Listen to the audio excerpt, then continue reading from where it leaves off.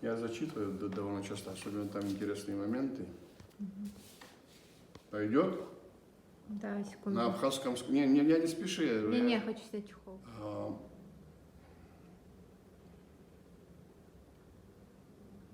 В песенном народном творчестве у абхазов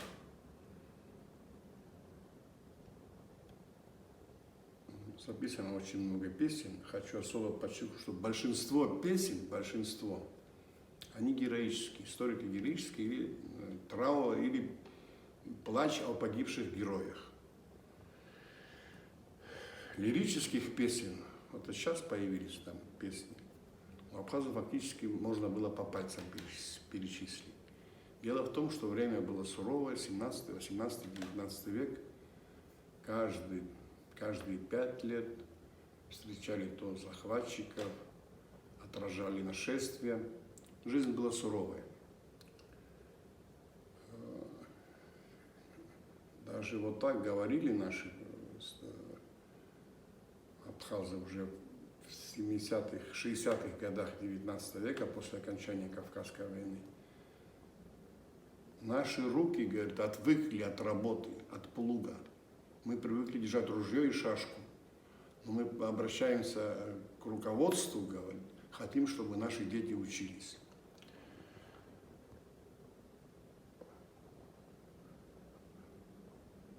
Я почему сказал героические песни? От Дагестана до Абхазии по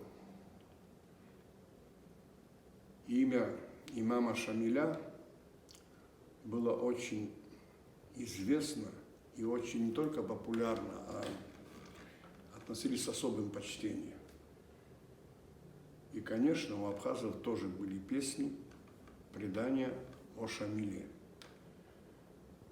Мало того, я хочу подчеркнуть, что отсюда переходили через перевалы, дальше через Адыгею или через Кабарду, уходили именно абхазы на помощь Шамилю. Воевали там, погибали, были герои. Один из них, даже сохранилась его фотография, это был Маршан Ишсов, который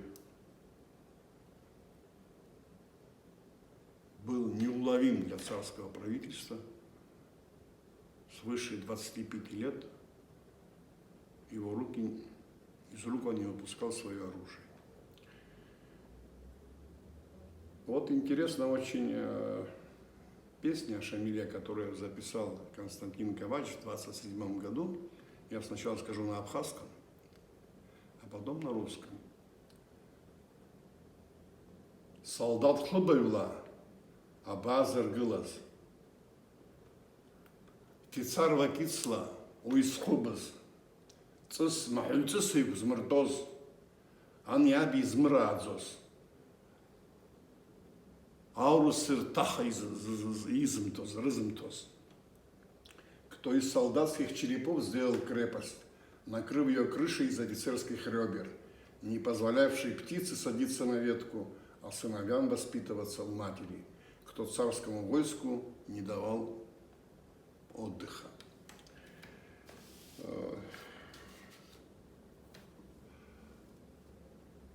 Кстати, как и песни, больше половины преданий, тоже абхазских, так скажем, преданий, они все историко-героического плана. В большинстве из этих преданий герой погибает мужественно, и после него остается песня. Вот каждый герой, воин, мечтал о том, чтобы погибнуть со славой, что смерти нет, что после его гибели народ пел о нем. В 1940 году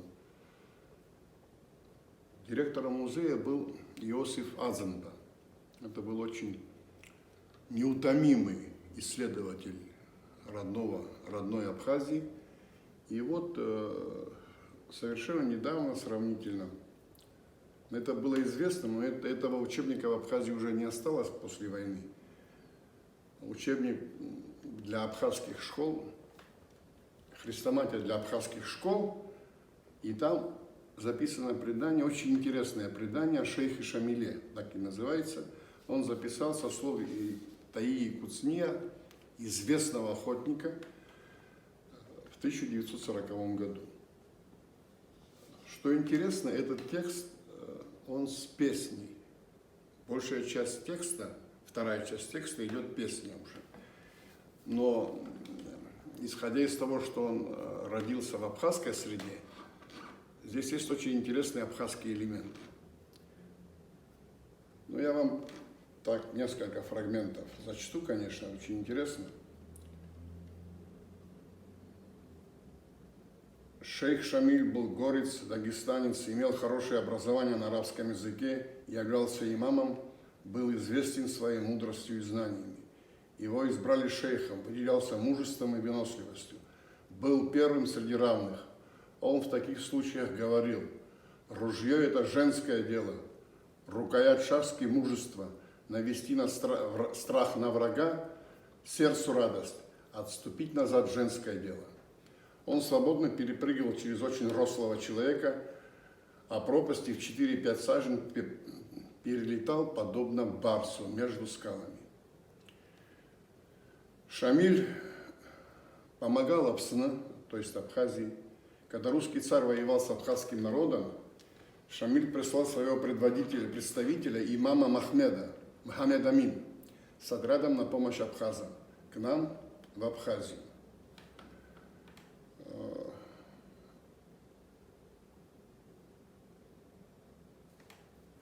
Однажды, как рассказывает предание, на расстоянии ружейного выстрела от дома шейха Шамиля, шейх Шамиль был тяжело ранен.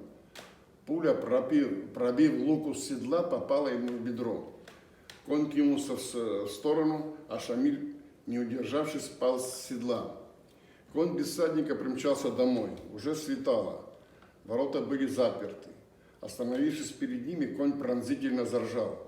Невестка, супруга Шамиля, услышав ржание скакуна, поняла, что это вороной ее супруга.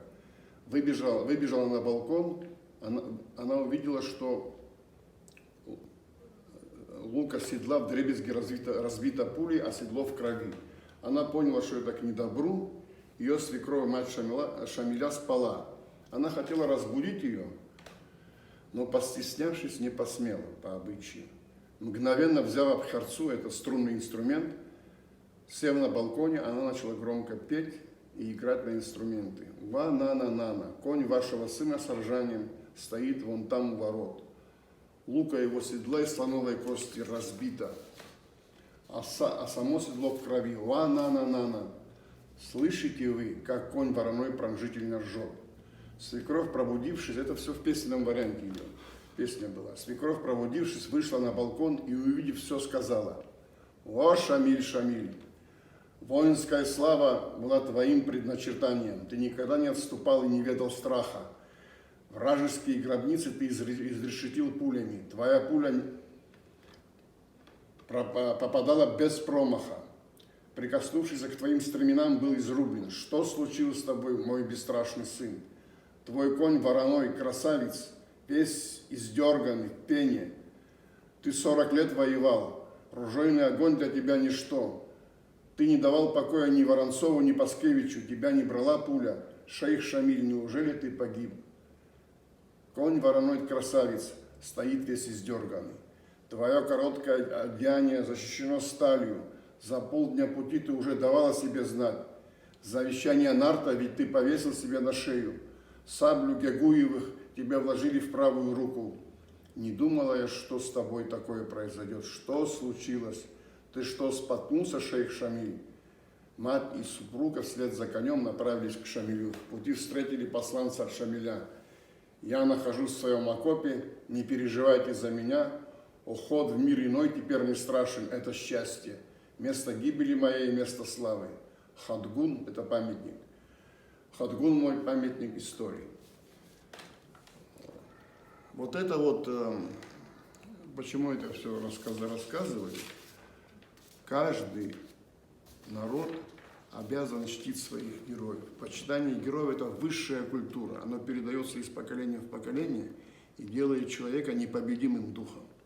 А если дух непобедим, то ему абсолютно и смерть не страшна. Этот человек всегда добьется того, я имею в виду справедливую цель, то, что у него в душе и то, что ему предначертано Всевышним. Конечно, сейчас такое время, понимаете, мягко выражаясь так, всеобщее помутнение разума, так если можно сказать, извиняюсь, конечно, но ведь мы не на ровном месте выросли, у каждого отцы, деды, прадеды, прапрадеды, материнская сторона, это же все заложено в нашей генетике, в нашей крови, тот дух. И каждому человеку по воле Всевышнего, по воле Аллаха предопределено свое место. Только он должен идти своим путем. Для нас всех, кавказцев, это путь воина. Это не важно, я не имею в виду воевать. В науке, в искусстве, в работе, в любой сфере, чем занимается человек, он обязан себя вести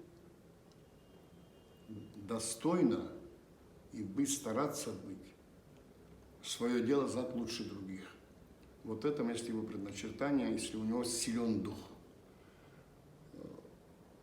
Наши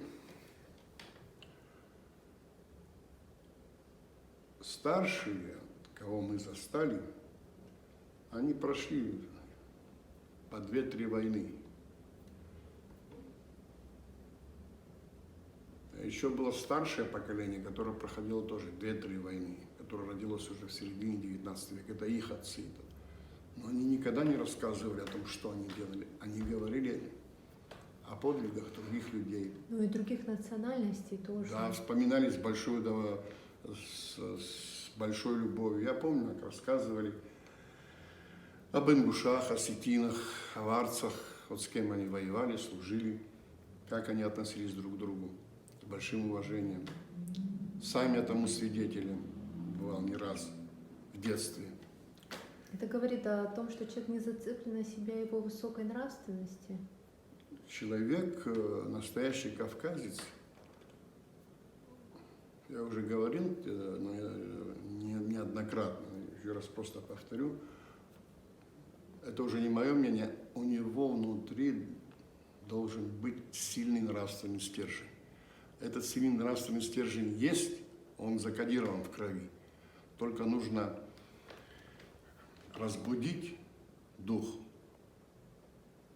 И тогда, вот почему мы говорим о Шамиле? До Шамиля еще были еще.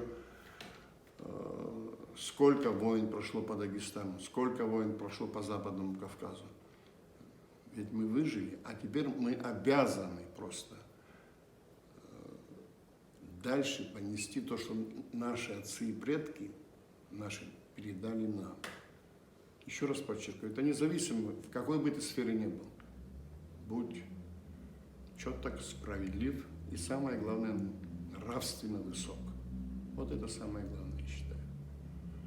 То, что не хватает многим государям. Конечно, извиняюсь. Ну что, в следующий раз встретимся в истории другого какого-нибудь народа. Ну, поговорим что-нибудь. Начну, как говорят. Всего доброго. Обзир. Обзираться.